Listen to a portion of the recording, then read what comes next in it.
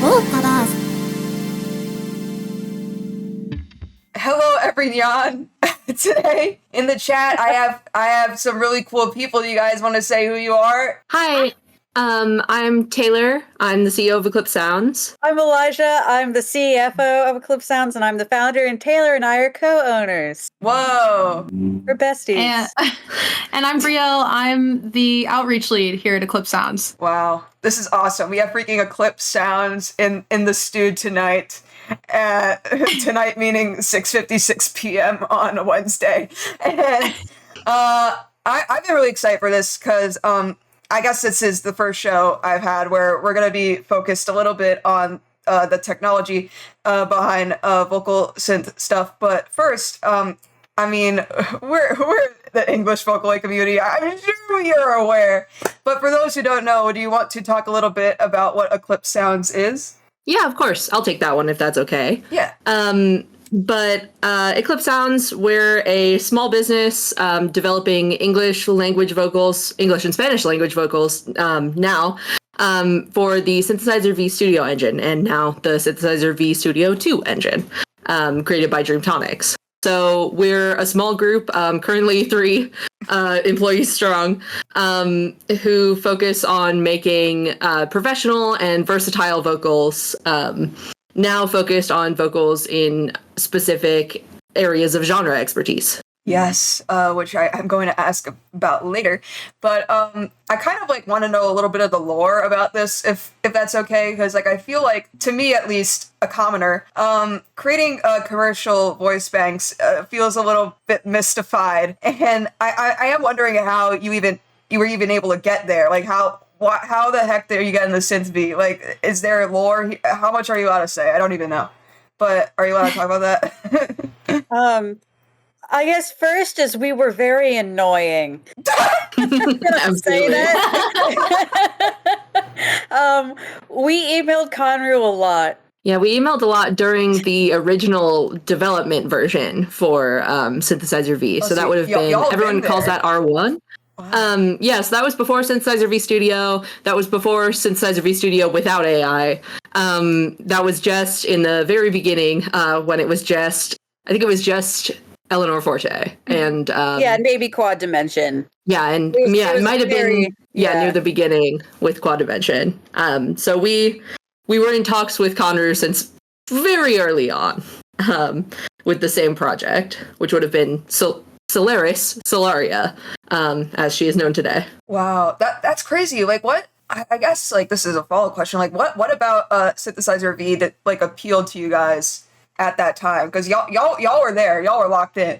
I think that's something about the workflow and just its natural ease with which English was synthesized, I think is something that really caught our eye. But it also had like a very unique and clear sound between the different commercial softwares at the time, and that really drew us in. And Eli already had a connection with Emma Rowley, who is Solaria's voice provider, from working at a recording studio together, or while working at a recording studio that she recorded at. But it just seemed like a natural fit. Like this, she has this very clear and like, it seems strange to say well-connected about like a real singer's voice, but like a sound that would transfer very well into the software, even before they introduced like machine learning components later on in Synthesizer V Studio. So, and I mean, Conru agreed because Dreamtonics opened the door up for us and snuck us in. We owe a lot to Conru. Aw. Yeah, absolutely. Oh, shout out to Conru. But yeah. Wow, that's really interesting. I'm gonna kind of bounce around a bit, but like, so the implication here is that you guys that were into vocal synth beforehand, I'm going to assume. What before, like, what got you into Vocaloid in general? I'm just curious. Y'all can take turns. Yeah, I'll go ahead. I always have a very quick answer for me because I've always been a big tech nerd, so development has always been the thing that I was interested in the most. So I learned a lot through like the UTAU space. That was sort of where I think most of us met actually in Utah or Utah adjacent spaces about 10 years ago now. But that was definitely my entry into the space. I was always coming at it from like a technical and computer-based perspective. I made like a very rudimentary vocal synth for my like high school programming final project as well. So that was very much like my entry point into the space. Wow, Eli, if you cool. I guess is I'm very classic that I got into it in like 6th grade and never left. Yeah. It's not just a phase. It's a Actually, lifestyle. It's my career now. I mean, it literally is your lifestyle now. Like, it's crazy. I think for all three of us, we've kind of spent our whole lives with our parents looking down at us and being like not literally looking down on, but like, or literally, but not figuratively, just like, when are you going to make money off of this? You're really into it and you know a lot about it. So, and I think it's kind of funny that now we can look back and say, oh, actually, we ended up making this our job. Yeah. Brielle, when did you get into vocal synth and everything?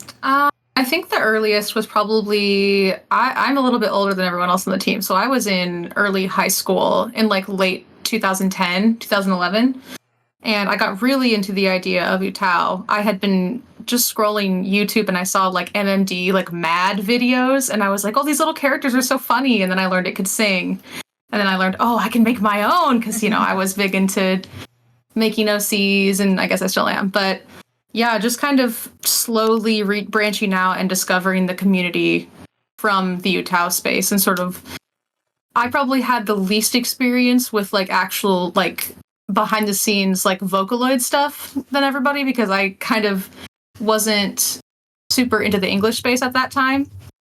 But yeah, I feel like all of us have really taken all our different experiences and like different what am I trying to say, like areas of interest, and we can all sort of blend it together and use like, well, we have experience from these different areas, and together we have a good sort of baseline of information between the three of us. Yeah, and I do find it interesting how you guys were all into Utah first, because that's like, you can make your own vocal synths in there. So it makes sense.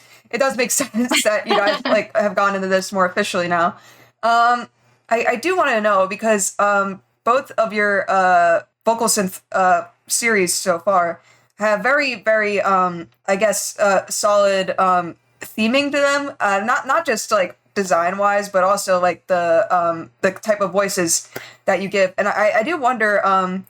We did hear the story about how you met Solaria's voice provider, but what exactly like inspired you to go the first route with the Starry Court? I know you guys touched on this a little bit in your blog post that I read, but we could verbalize it.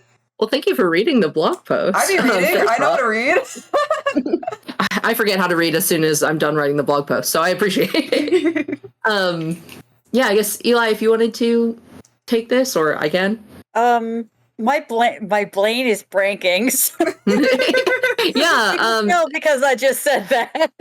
Yeah. Well, I'll take over the blank brain moment. But I guess we ended up with Solaria as sort of the perfect starting point, mostly because of like just good connections and happenstance. And so we built the rest of the Starry Court off of her strengths and sort of the things that we thought that she brought that were the most unique to the space. But we also built the rest of the series off of requests. So what we had seen, because we all had 10 plus year histories in the vocal synth community at that point, we basically just thought about it. We sat down, we thought about all of the vocals that were available and the vocals that people had been asking for. And we thought, well, these are the vocals that people have been asking for that no one has gone and made yet. So let's make them. So let's make a bass vocal, and let's make a really high tenor, and let's make a very androgynous alto vocal. And so we just kind of set out from there. So just kind of listening, I guess, is where we were at with the Starry Court. Yeah, and then keep your ear to the ground. We're always lurking in the background. I mean, like you guys have been in the fandom for a while, so you're uniquely tapped in this circumstance, which I do think really helps here. But and now you guys have your new series coming out, Tone Chroma, and I think, I could probably say what the theming is here, but would you like to explain it to the chat? Yeah, of course. So while the Starry Court was focused on those generalized requests, we're kind of still doing the same thing with the Tone Chroma, where we're focused on exactly what users are asking for, but we're narrowing it down to more genre-focused vocals. So vocals that excel in one specific area or style. So with our first two vocals, we're looking at HXVOC, a screamy metal singer, and GALENAIA, who is a pitch-perfect operatic soprano. So very vocals that can't easily be made more generalized, but still fill a niche that has been often requested for. Yeah, and I have to say, as a metal fan, I have been requesting that freaking HXVOC, and I still need to buy him so I can force him to sing Limp Bizkit on my computer. That's what he's for. Yep, that's what he's for singing Limp Bizkit on your computer. Exactly. Everything else is just extra. Exactly. Yeah, everything else is just extra. He just got to sing Limp Bizkit. But it is really interesting the way you guys have gone about this, especially not just the conceptualization of the vocals, but their visuals as well. I feel like it's all really aligned. You're listening to VOCAVERSE by Fandom.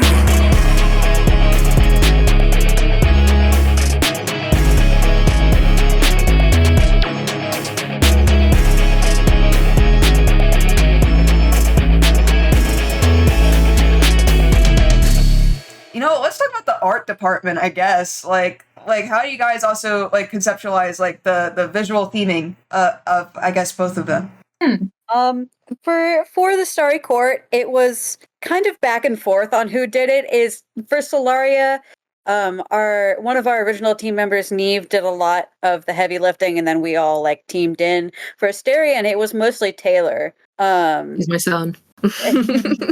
Taylor works very hard on ASTERIAN. And then SAROS was very much the same, where we all went back and forth. Everybody, yeah. And then I think Nil's major construction, I think Brielle, you mostly handled that. In terms of the theme, though, I think it's kind of I actually wasn't around for Solaria's theme creation, but I know that we just kind of tried to take certain pieces from the previous vocal that we had made and incorporate it in a new and interesting way in the next one. Yeah, so we Solaria has a shoulder pauldron, and then Taylor was well, let's give him a chest plate, and then Saros was well, it would be it would be kind of cool if they had a waist one, and then I thought for Nil oh well, of course we have all those areas, why not the neck? So it just kind of worked organically from there. It's sort of the whole Starry Court group kind of came together very organically in that way. Sort of oh, we have this primarily soprano voice. Let's do a bass. Now let's do a tenor. Now let's do an alto. And sort of the rest of the group sort of filled in very naturally. But as far as a specific theming perspective goes, the space fantasy theming, we kind of had our own original spin on it, but I think originally we settled on that first and foremost just because Emma's voice, the thing we kept coming back to with it when we were originally designing SOLARIA was just that it was so warm. Her voice was just so warm, and that was just something that really defined her at the time, especially when considered on the whole with all of the other English feminine vocals who were around. This was sort of the thing that we felt was different with her, is just the level of warmness in her voice. And so the sun just became a natural part of that theming.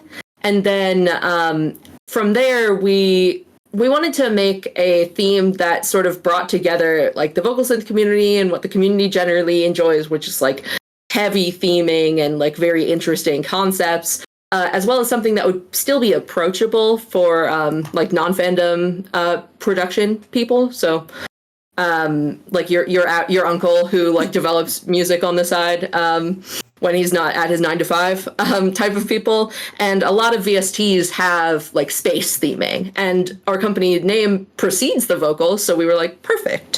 Let's go for that. Let's go for a space fantasy theme.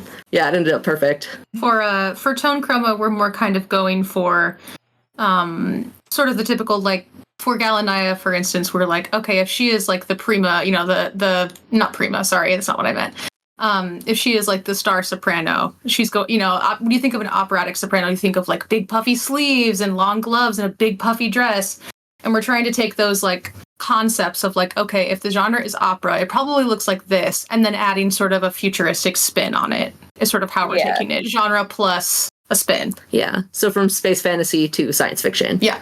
Well, it's just really cool. I like your guys' vocals a lot. Thank you so much. I might be a fan. You might be a fan. I might be a fan. Definitely not a hater, I guess. Yeah, we don't hate here. I feel like you guys really like all the vocals you've made, and I this is usually a question I save for the end, but I just need to ask it now. I'm wondering if you guys have like a particular favorite out of the ones that you have made. Like, which one's your favorite kid? Oh God! Don't word it like that.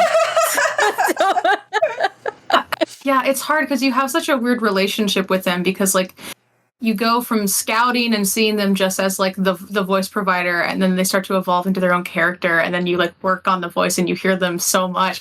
It's really hard to pick one. Because all of them also go through the period of I hate you so much because we're going through development difficulties. Yes. And so, although I don't think we ever got to that point with, I think GALENAIA specifically was the lovely child who never did anything wrong. GALENAIA is the golden child.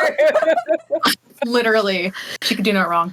I don't know. I think that they're all wonderful. I think my favorite changes month to month, but right now, I think Nil is my favorite by far. That might also just be because I'm a contralto, so like I see a lot of my range in them, and so when you have a voice that fits what you want to make, they always become a quick favorite. And so they stay very comfortably for me. I also just had a lot of fun working with them, and their voice provider is just absolutely wonderful. But I could say that about literally everybody. So, I mean, I'll say Nil for now, but that changes day to day. So you might catch me another week and I'll say something completely different. Yeah. And then, Brielle, your favorite? Yeah, I don't know. It's kind of same as Taylor. I love all of them. I don't want to pick a favorite child. I don't want to hurt their feelings. I'll say GALENAIA right now. I kind of the same reason Taylor likes Nil, because I'm also vaguely sort of trained in some opera back when I was in college, to anywhere near Laura's level. But I think like I would listen to her recordings and I'm like, oh yes, that technique. And so I just really think it's fun to see what people make with her, and it's really fun to see like how people are perceiving her character-wise as well. So yeah, I think she's my fave right now. Oh no, now it falls on me. I'm the same, where it's like I can't really choose. I guess I always go back to SOLARIA because she is like the first, and because I know Emma personally. She actually grew up like 2 blocks away from me, which I didn't know until we met at the recording studio. Oh wow. It was like, oh wait, her cousin went to school with my sister. That's weird. But it really does just depend. That it's like we work on a new vocal and I'll be like, I'm originally going to use this with SOLARIA, and then we get the new vocal. I'm like, never mind. I don't care about her anymore. This is for Nil. And then we get Havoc and I'm like, it's not for Nil. It's for Havoc. I don't care anymore. Then we get GALENAIA and I'm like, actually all of that was for GALENAIA. Yeah. It's like it sounds like you guys really like GALENAIA right now. Right now she definitely she didn't even need to earn it. She just showed up and was the queen. She was perfect. But I think we all like them all pretty equally. Mm-hmm. It just changes based on what's going on currently. That's true. I think like for me, I have a different favorite in every way. So like Nil is my favorite to use. ASTERIAN was my favorite to work on. And then, it's people's reactions and like seeing them used feels different than using them yourself. And so they're kind of all my favorite. I can't have a true favorite, but and I know I'm aware I asked you the most difficult question in the world, but follow-up question. GALENAIA is the golden child. Do you have a problem child? Because SAROS is completely missing from this conversation. Oh no, SAROS was wonderful. SAROS because they were the middle child. Not the middle child. Saros is wonderful, but went through some development difficulties. So I would say that that's like the worst thing that happened. But I mean, that's just because we had to go back and forth with Dreamtonic so much during Spanish's development. And like there are still development challenges there and things changing with Synth V2. And so I think that comes the closest to a problem child, but Saros is absolutely wonderful. Yeah. They are also wonderful. I did not mean to skip over them though. I'm like, I have like a few stickers that I'm like messing with, and I'm noticing there's not a Saros one. I'm just like, where? We love you, where did they go? Saros. We didn't mean it like that, sweetie. Oh my god, not the Or maybe Saros we middle did, child no. syndrome. This is crazy. But they're so independent, right? Like they don't need Yeah. us. Yes. Independent They've Saros. left us behind. Yeah, sorry, I just want to point that out because I was like, where are they? Did not mean to do that. Yeah, no, I get it. It's just a bit silly. But Thank you for not letting us forget them. I will never let you forget them. Hi, I'm Vocaloid producer tmtortellini, And now I'm Synth V Havoc. and you're listening to WNYC. 89.1 FM. New York. Hey, I'm walking here. But you guys did mention briefly, like a little bit, kind of like fan reactions to your characters. I do wonder, how has that been? Having like a little bit of a Eclipsed Sounds fandom. Like, what's up with that? It's been kind of crazy. I think the most fun part every time is when a new voice comes out and then a new voice provider like actually comes face to face with the fandom a little bit more. Oh, yeah. That's always the most fun thing because like it's always like, wow, I didn't think that there were this many like visual artists. Like I thought people would just be making songs, and there's always like surprise at like how they see the voice being used, and everyone's been like really happy and really cool with it so far. And we try to do like that kind of introduction up front when we work with a vocalist, but there's only so much that you can really do before they like see it happening with their own voice and then they get it. And so like that has always been really fun. As far as like seeing the fandom, I think from our not to blaze ahead, so anyone else jump in anytime, but as far as seeing the fandom, like from our own perspective, I think that we're still in it. Like we're still also like fandom people and like vocal synth fans. And so like, while we might not be able to participate in that much of it for our own vocals, because it's like, well, I can't be a fan when I was part of making it.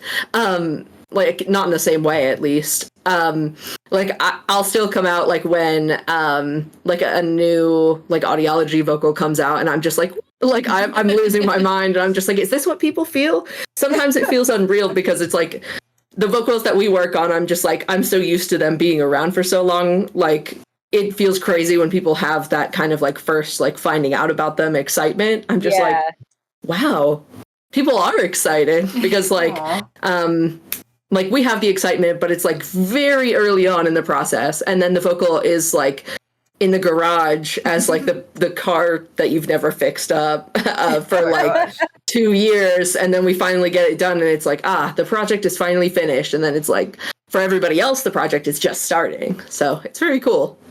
Yeah, probably. Yeah, That is I a great way to put it. I was going to say adding on to, since Taylor kind of took my answer a little bit. Sorry. No. I mean, it's true. But one other aspect that I really enjoy is we're toying, or not toying with, I guess I shouldn't say, but we have started to delve into having a little bit of lore behind our characters in the new Tone Chroma series. And we've kind of been trying to be not lore dumping about it, trying to be very organic with it. So we have certain things we've been posting, little bits in videos and stuff. And it's been really a very large group effort with our team that we've been working with on that lore. And there's a lot of stuff that people haven't seen yet. And it's really, really rewarding to see people being like, wait, but if it says this in the video, then does that mean that Havoc went through this? What are envoys? And so it's really been exciting to see people like actually engaging with that part of it, because that's the part that I've really enjoyed making. Oh, I like that. I gotta jump on that also, because now I'm excited about it. Is I've seen a couple of people start getting there. But there is really so much behind the scenes that it's like, you're in the right direction, I swear, and it's so exciting to see. But I can't point out who was right. Yeah, we've kind of That's a secret. We're working on putting more out there. Yeah, and we've kind of like accidentally created kind of a mystery around it. A little so we're approaching ARG status at this point how vague we've been.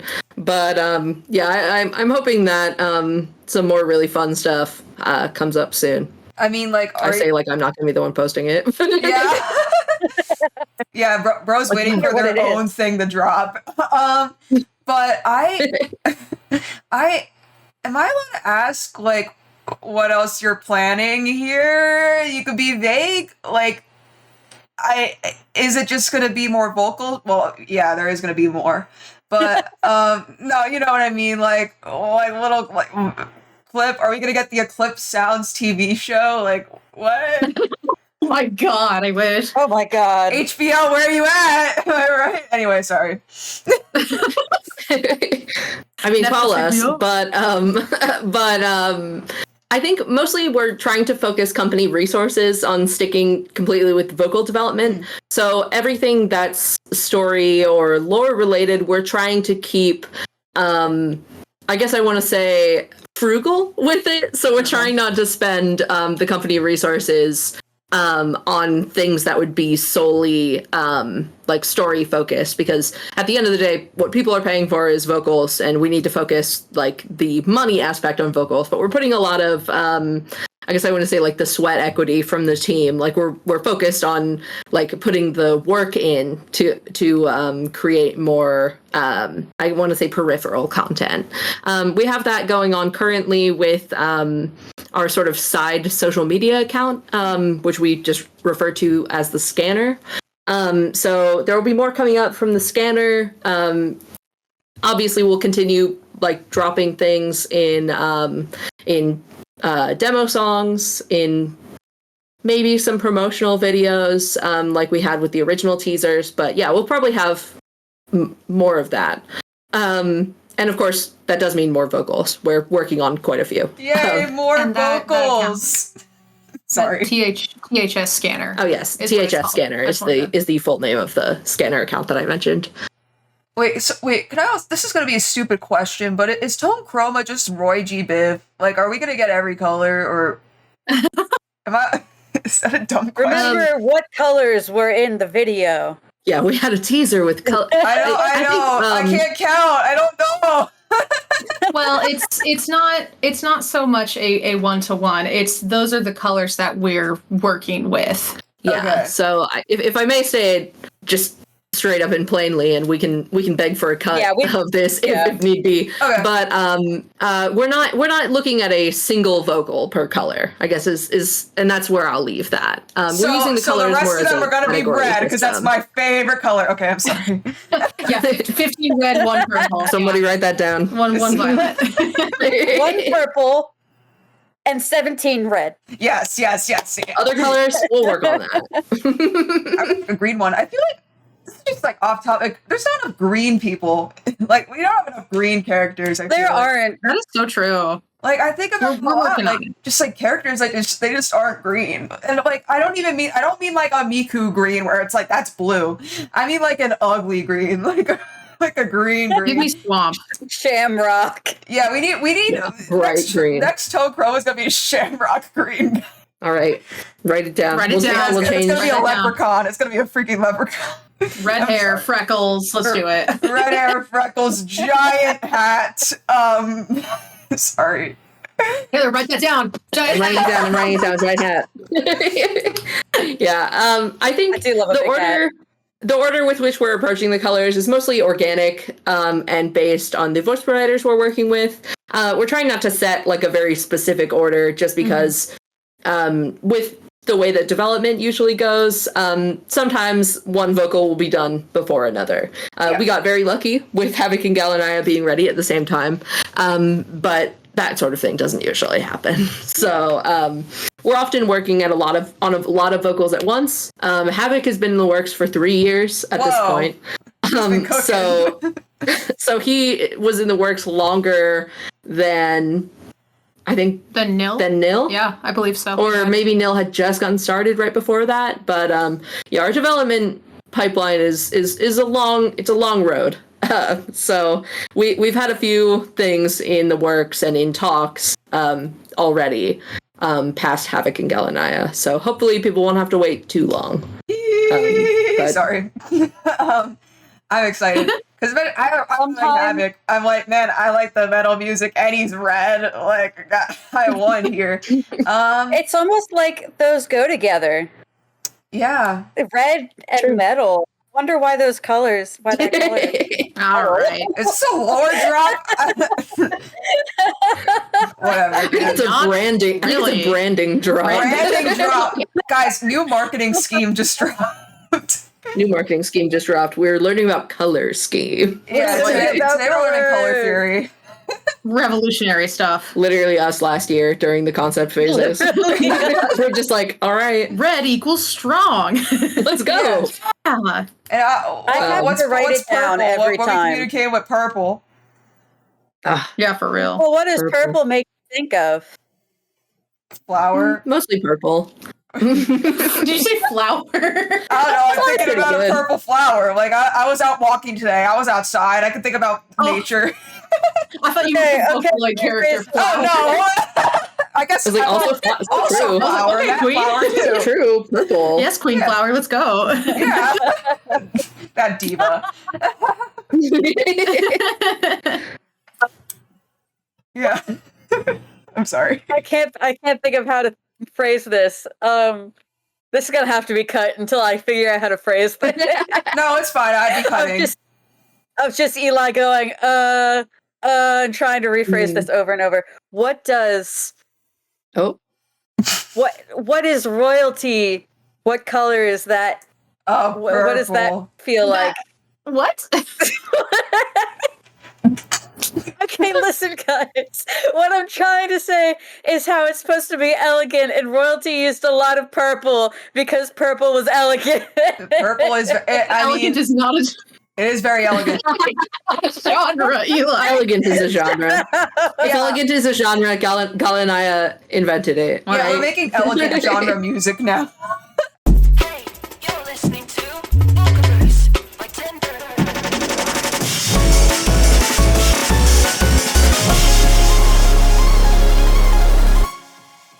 So I know you guys briefly talked about like demo songs and stuff in relation to lower drop, but I think we could talk a little bit just about the songs because there are songs, and that we will be playing a new song that I guess we will also talk about. But I wonder what about the songs that you have selected for the show tonight? What do we enjoy here? Like Yeah. why we picked them, you mean? I enjoy Yeah. a lot of things. Me too. I'm full of a lot of joy too. Yeah. We tried to pick a blend of demo songs and user created songs. We tried to lean more on user created songs.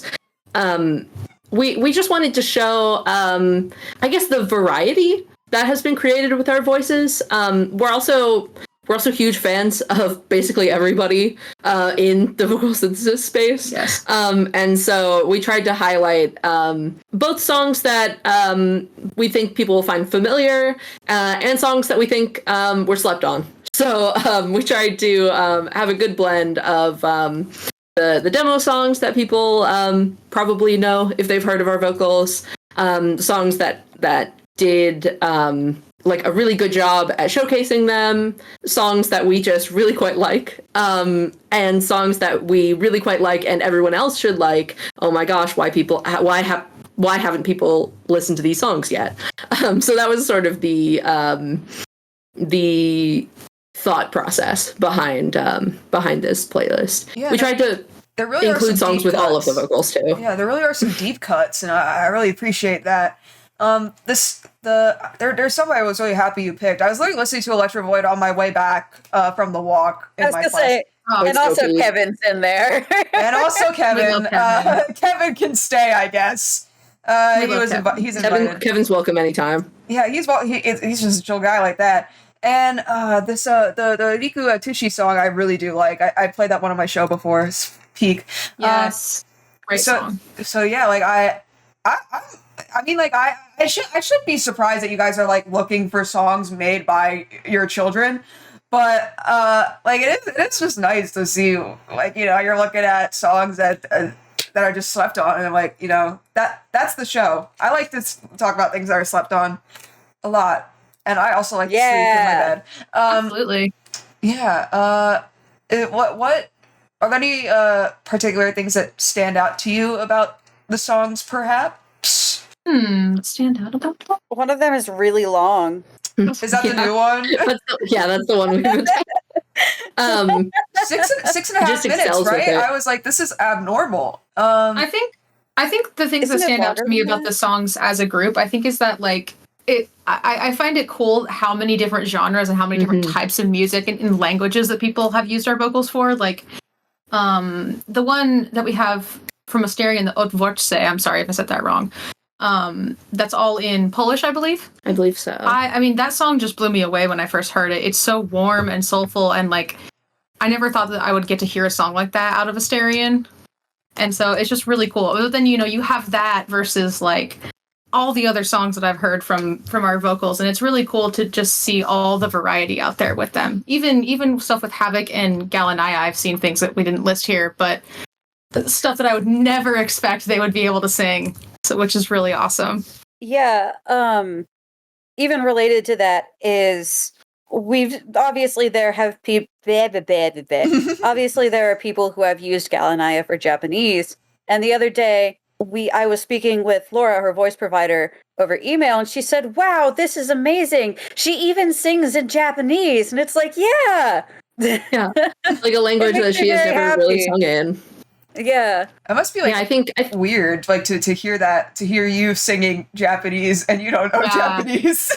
Yeah, for real. I have to imagine, especially because like she even said in her let me go back. She did an interview with a Spanish vocal synth fan page on Facebook recently that we shared to our Facebook page, and she talks about how, like, you know, in being an opera singer, you sort of learn these techniques on how to pronounce other languages that you might not speak, you know, grammatically, but she said she'd never done anything like Japanese before, so it was a really interesting thing for her to come across. And I think Sean feels the same way about all the stuff that he's seen HXVOC in as well. Yeah, when we originally met Sean, who's HXVOC's voice writer, we originally met him at the first NAMM that we went to, so that's how long we had been working on HXVOC.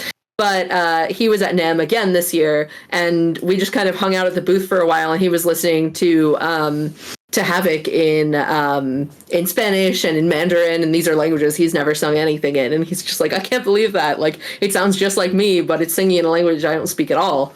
And I think that has been something that it's kind of similar to our shock when we hear people using our voices in genres we didn't expect. Yeah. They get that shock even further with, oh, I didn't expect it to be in these languages I didn't even expect. So I think that that's something that's really powerful to us about vocal synthesis, is just that the options and the possibilities are truly like without any limitation whatsoever. Like, you can make them as human-like or as robotic as you want, as like stylized or as like true to genre as you want. You can keep them as close to how they come, like straight out of the box, or you can make them like really unique and just tweak every parameter to make them almost sound like a completely different voice. And I think that that's 100% what we really always want to get across with our voices, and also just when we share the community with others, which is something that we've been very lucky to be able to do with the broad appeal that our voices have, is we've been able to share works from the vocal synthesis community with professionals and vice versa. And that's not to say that there aren't professionals within the vocal synthesis community. I think I'm just trying to get across like the music industry versus like the vocal synth community. It's like we're seeing that gap between those two spaces get smaller and smaller every year. Especially with newer vocal synths sort of appealing to like a wide demographic. Yeah. Yeah. I like that. Taylor's very good at wording things. Yeah, you are. And I'm like the radio host here, and I'm not nearly wording things. Oh. I think you've done My great. job to Taylor, word have you things, and I ever thought can't. about becoming a radio host? you got a voice for radio. Let's just say that. He wants me out of the company. No. No, I take it. You can't leave me. You signed the contract. True. You signed the contract. Anyway, I think we're about to wrap up, but I do want to talk about the freaking brand new demo song I got to leak. Oh my goodness. I'm very lucky tonight. Would you guys want to introduce the song? Yeah, of course. So, so sorry. No, it's okay. So for this demo song, we have Havoc's third demo song. We had sort of a longer lead out for Havoc. And so we'll be fully releasing it this weekend. So by the time that this goes out, either tomorrow or on Sunday.